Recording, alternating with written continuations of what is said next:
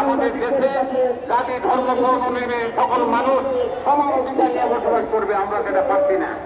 এই জন্য আমি আজকের এই মিটিং এর মাধ্যমে সবাই যারা এসছেন সাংবাদিক ভাইয়েরা আপনাদের মাধ্যমে আমাদের কথাগুলি তুলে ধরবেন, কারণ আমরা এই সরকারকে সমর্থন দিয়েছি।